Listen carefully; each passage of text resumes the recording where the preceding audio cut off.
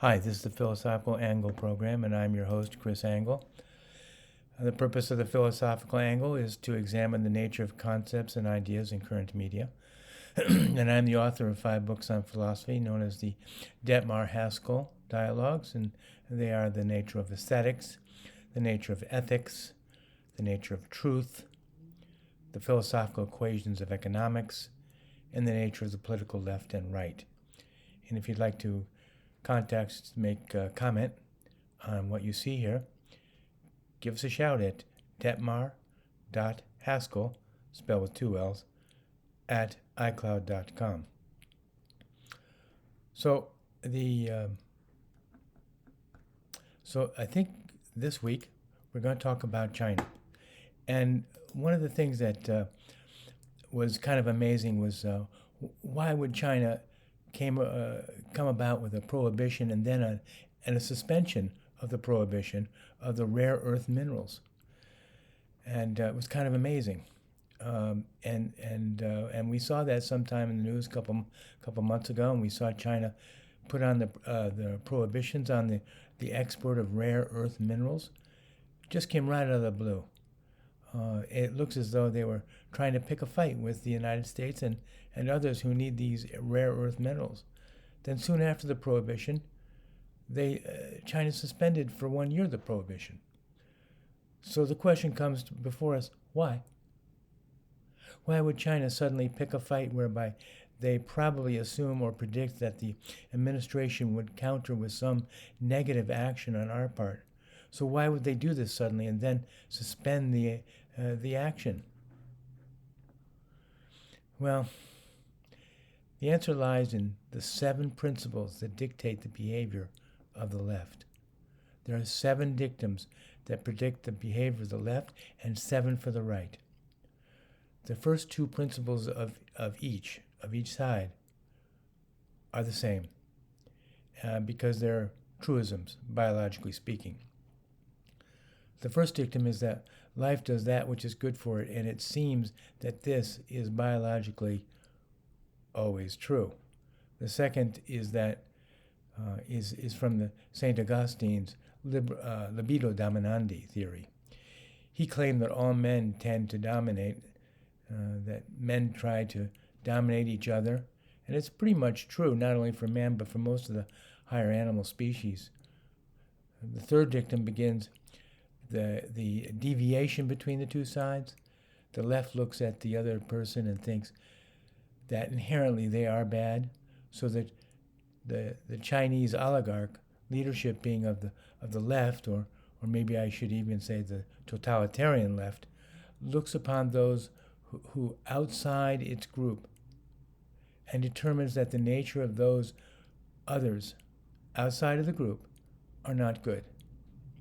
In other words, the other guy inherently has a bad nature. On the other hand, a conservative who believes in freedom for the individual and who is not totalitarian will look at the other person and think that within his nature there is some good. Perhaps he has some bad behavioral traits, and as the Bible says, all fall short of the glory of God. But somewhere in there's some goodness, and we are to do good, and when we can, we try to follow Romans 6 in the Bible, which tells us to do the best we can. So this dictum is readily applicable according to the Chinese, because obviously they look at America and think that America is bad, and thus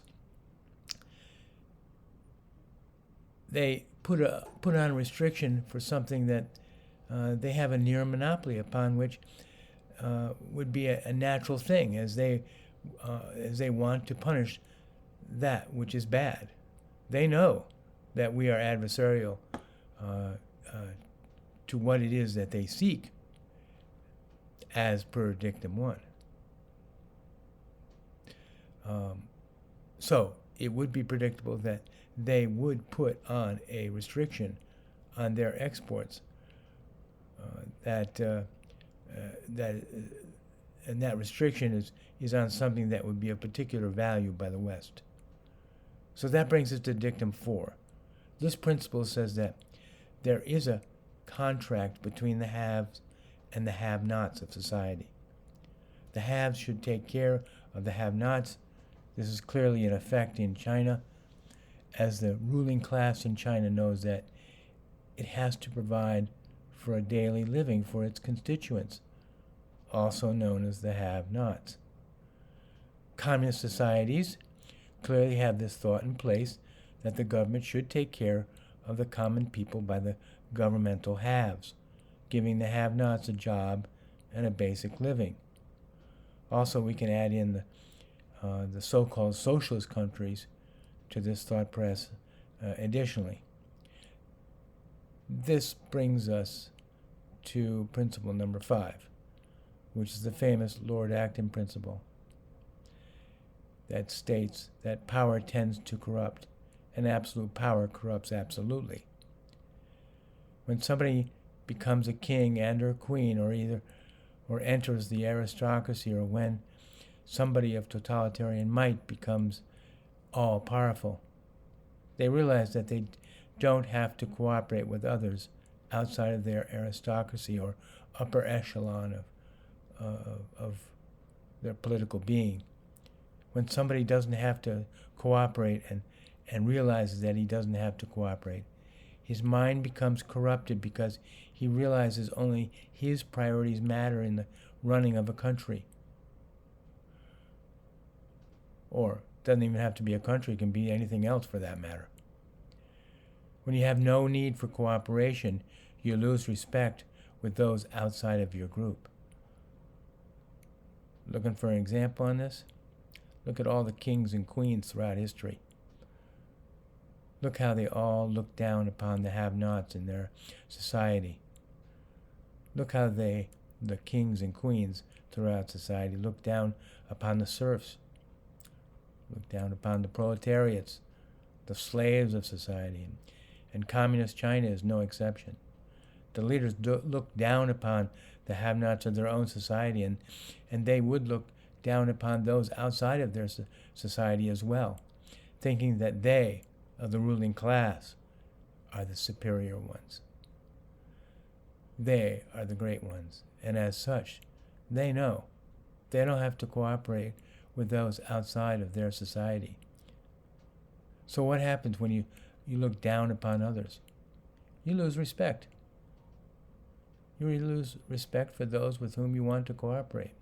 And so when you lose respect for them, you think that you don't need to cooperate with them anymore. Respect is the biological mechanism which enables the humans to cooperate.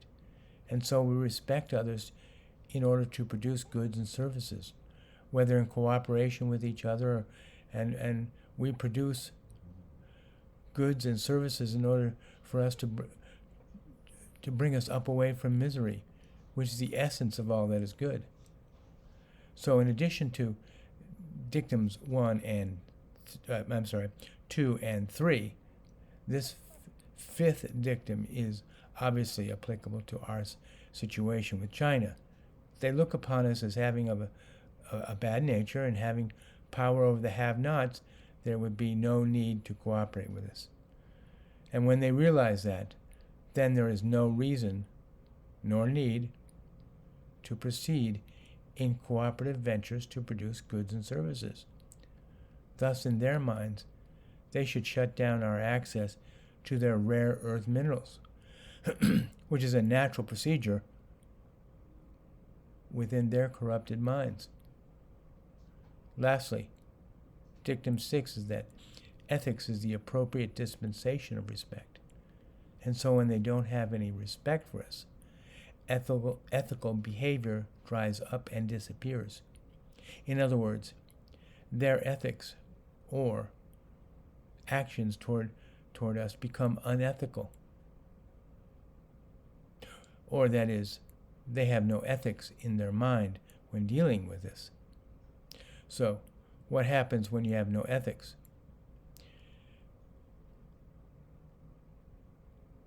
Which is due to the Lord Acton principle. The result is that the end justifies the means. And in their minds, cutting us off from an important ingredient is the end, and any means to get there is okay with them. And so we're looking back over these six dictums, and we realize is why it is that China has put in place these restrictions suddenly with the United States. So let's just review them a little bit. So all life does that which is good for it. This action of prohibiting the export of rare earth minerals is a good action for China in their thought process. Secondly, libido dominandi, that men tend to dominate, and so they want to dominate us, and they will do so by cutting off our access to rare earth minerals.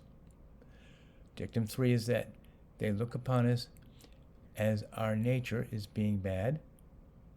And then Dictum 4 says that because there is no contractual obligation with us, that places upon them any obligation to fulfill the selling of the rare earth minerals. Then Dictum 5 says that their minds become corrupted because of their totalitarian and political power. Thus, they realize they don't need to cooperate with us in order to produce goods and services. So they don't want to produce any goods and services with us. Now, to the sixth dictum, ethics. They have lost their ethics because they have lost all respect for those outside of their society. The only thing that controls their totalitarian, corrupted minds is that the end justifies the means. And the end here is to cut off the United States from rare earth minerals, which are essential in many ways for our economy. So they shall do so. And we can expect more of this type of behavior in the future. But now to their suspension of this export prohibition. That is, and I think that explanation is easy. They suddenly realized who they are dealing with, and thus, on second thought, the retributive consequences may render the prohibition to be within the category of not worth it. So I hope this was interesting for you. See you next time.